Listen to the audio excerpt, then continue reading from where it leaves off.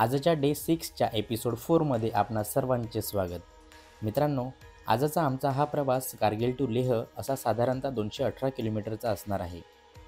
थोड्या उंचीवर गेल्यावर येथून दिसणारे हे कारगिल शहर. चहूबाजूंनी डोंगर रांगा आणि थोड्याशा हिरवळीमध्ये वसलेले हे शहर खूपच सुंदर दिसते. कारगिल शहर हे 8780 फूट उंचीवर वसलेले आहे आणि आज आम्हाला याहीपेक्षा जास्त उंचीचे लक्ष्य गाठत लेहला पोचायचे आहे. ना कोणते दुःख, ना कोणत्या आठवणी, ना लोभ कशाचा, ना कुणाचा तिरस्कार. फक्त ध्यास आहे तो लडाखला पोचण्याचा आणि तो आज पूर्ण होणार यात काही शंकाच नाही.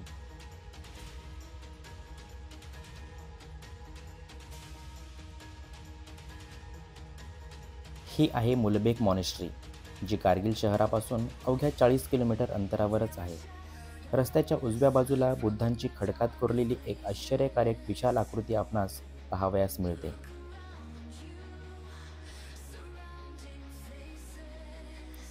आजच्या प्रवासामध्ये कुठल्याही प्रकारचा थरार नसणार आहे.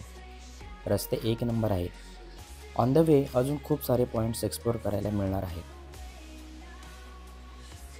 श्रीनगरपासून लेह राईड दरम्यान एक नवीन गोष्ट पाहावयास मिळते, ती म्हणजे डोंगर रांगांवर असणाऱ्या मातीचा रंग हा इतर ठिकाणांहून वेगळा दिसतोय. जेवढी दूरवर नजर जाते तिथे कुठेही एकसुद्धा झाड पाहायला मिळत नाही. तसे पाहता डोक्यावर जरी ऊन असले तरी थंडी मात्र भरपूर आहे. जसे जसे आम्ही वर जात आहोत तसा तसा गारवा अजूनच वाढत आहे. हिवाळ्याच्या दिवसांमध्ये हा रस्ता बंद ठेवण्यात येतो. साधारणतः मे ते ऑक्टोबर या कालावधीत तुम्ही प्रवास करू शकता. NH1 हा हायवे इतका सुंदर आणि गर्दीविरहित असेल असे स्वप्नातही वाटले नव्हते. खरंच अशा रोड्सवर बाईक ड्राईव्ह करण्याची मजा खूप वेगळी आहे. पूर्ण रस्त्यामध्ये चुकून एखादी गाडी दिसते, नाहीतर रस्ता पूर्ण मोकळाच, जणू काही आमच्यासाठीच. आजूबाजूच्या दृश्यांनी मला तर खूपच मोहित केले आहे. थोड्या थोड्या अंतरावर उतरून फोटो आणि व्हिडिओज काढावे लागत आहेत, कारण अशी दृश्य पुन्हा कुठेही मिळणे अशक्यच.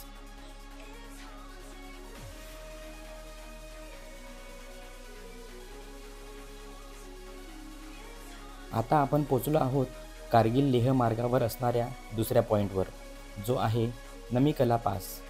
हा पास 12,198 फूट उंचीवर आहे. आकाशाला गवसणी घालणारा पास असे सुद्धा या पासला म्हटले जाते.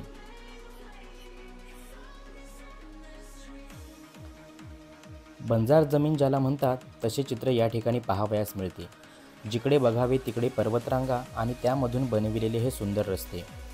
लेह लडाखचे एक महत्त्वाचे वैशिष्ट्य म्हणजे इकडचे आकाश हे नेहमीच निळेभोर दिसते आणि यामुळे तर मनाची प्रसन्नता अजूनच वाढते.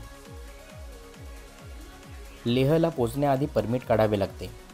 असे म्हणतात की कमीत कमी 3-4 दिवस आधी काढावे व लेहला पोचल्यानंतर त्या ठिकाणी 2 दिवसांचा स्टे करावा लागतो, कारण आपण जास्त उंचीवर जातो, आपल्या शरीराला सवय व्हावी. परंतु आम्ही राईडमध्ये इतके गुंतलो होतो की परमिटची आठवण कारगिलला पोचल्यानंतर झाली. म्हणजे कालच आम्ही परमिट काढले.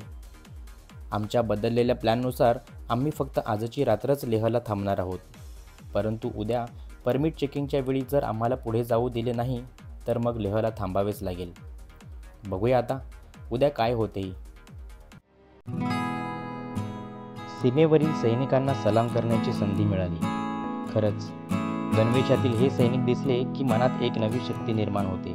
तसेच माझे सुद्धा झाले आहे. दुपारचे 1 वाजलेत. वातावरणातील गारवा अजून कायम आहे. थोड्याच वेळात आपण लामायुरू विलेजमध्ये प्रवेश करणार आहोत. या विलेजमध्ये प्रसिद्ध अशी लामायुरू मॉनेस्ट्री आहे. आणि हे काय बघतोय, स्नोला सुरुवात होते. हे आहे लामायुरू विलेज, जे 11,893 फूट उंचीवर वसलेले आहे. आपण पाहू शकता किती छान परिसर आहे या विलेजचा. नमीकला पासपासून आपण थोडेच अंतर खाली उतरलो आहोत. आम्ही समुद्र सपाटीपासून इतक्या उंचीवर आहोत तरी त्रास मात्र काही अजून जाणवत नाही आहे. स्नोने थोडी निराशाच केली. मला वाटलं खूप स्नो होईल, पण दर्शन देऊन लगेच गायब. आणि आता पावसाला सुरुवात.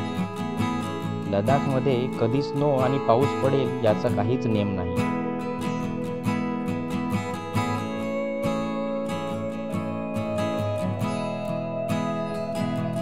बघता बघता प्रत्यक्ष लामायुरूमध्ये आपण प्रवेश केला. हीच ती लामायुरू मॉनेस्ट्री जिचा उल्लेख मी थोड्या वेळापूर्वी केला होता. चला प्रत्यक्ष मठात जाऊन दर्शन करूया.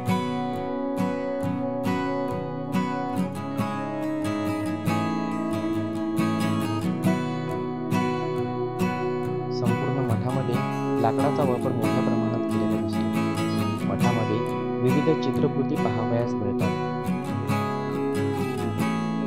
हे ठिकाण एकनिष्ठ भिक्षूंनी भरपूर असलेले शांत ठिकाण आहे. या मठाच्या बाहेरून जवळील पर्वत व टेकड्यांचे विहंगमय दृश्य पाहता येते. इतिहास सांगतो की हे एक पाण्याने भरलेले खोरे होते. कालांतराने ते कोरडे पडले व या ठिकाणी लामायुरू मठाची स्थापना झाली.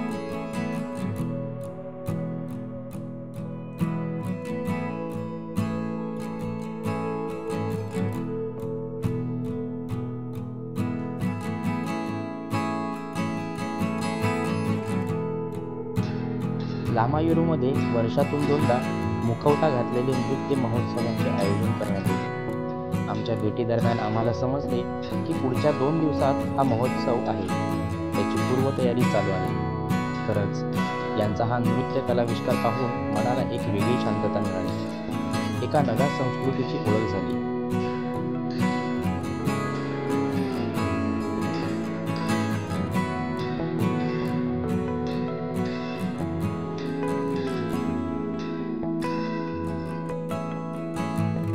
एक तास मॉनेस्ट्री एक्सप्लोर केली व दुपारचे जेवणही याच मठात केले. आता यापुढे आपणास थोड्याच अंतरावर असणारा एक सुंदर स्पॉट एक्सप्लोर करता येणार आहे. हा आहे लामायुरूमधील मूनलँड पॉइंट. चंद्रावर आपण प्रत्यक्ष कधी गेलो नाहीत, परंतु चंद्रावर ज्याप्रमाणे जमीन आहे त्याच पद्धतीचे चित्र येथेही पाहावयास मिळते. म्हणून याला मूनलँड पॉइंट असे सुद्धा म्हणतात.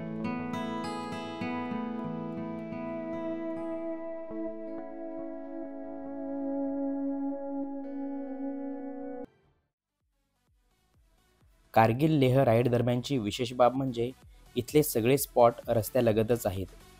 लामायुरूमध्ये थोडीफार हिरवीगार झाडे दिसत आहेत. कारगिल लेह महामार्गावरील निम्मू येथे असलेला सिंधू आणि झंस्कार नद्यांचा हा संगम आहे. लडाखच्या झंस्कार खोऱ्यातून येणारी झंस्कार नदी निम्मू येथे सिंधू नदीला मिळते. सिंधू नदी ही लडाखची जीवनरेखा आहे. जणू 2 नद्या एकमेकांना मिठी मारत आहेत असेच चित्र या ठिकाणी पाहावयास मिळते. हा आहे मॅग्नेटिक हिल पॉइंट. आमच्याकडे बाईक असल्यामुळे या पॉइंटचा अनुभव काही आम्हाला घेता आला नाही, परंतु मॅग्नेटिक पॉवर आहे हे मात्र आम्हाला पाहायला नक्कीच मिळालं. मॅग्नेटिक हिलपासून 15 मिनिटाच्या अंतरावरच गुरु पत्थर साहिब हा भव्य असा गुरुद्वारा आहे.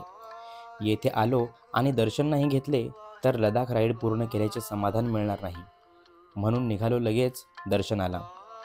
हा गुरुद्वारा शीख धर्माचे संस्थापक आणि पहिले गुरु गुरु नानक देवजी यांच्या स्मरणार्थ तयार करण्यात आला आहे. आतील परिसर खूप सुंदर आहे. डोक्यावर भगवा रुमाल बांधूनच आत जावे लागते. मंदिराच्या आत एक मोठा दगड ज्याच्यावर गुरु नानक यांनी त्यांच्या हाताचा ठसा सोडला. याच दर्शनासाठी आम्ही दोघेही उत्सुक झालो.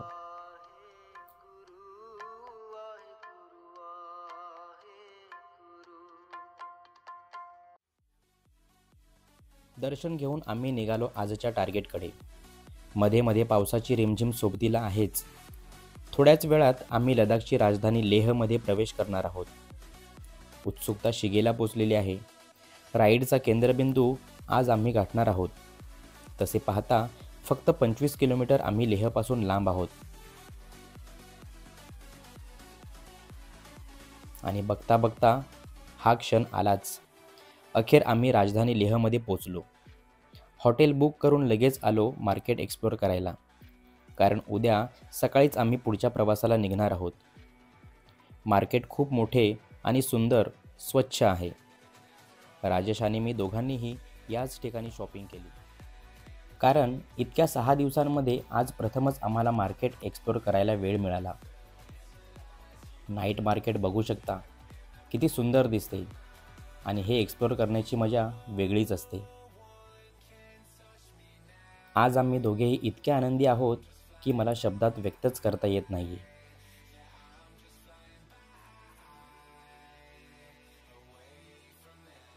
मित्रांनो, आता वेळ झाली आहे व्हिडिओ थांबवण्याची. आजचा व्हिडिओ तुम्हाला कसा वाटला हे कमेंट करून नक्की कळवा. पुन्हा भेटूया पुढच्या एपिसोडमध्ये.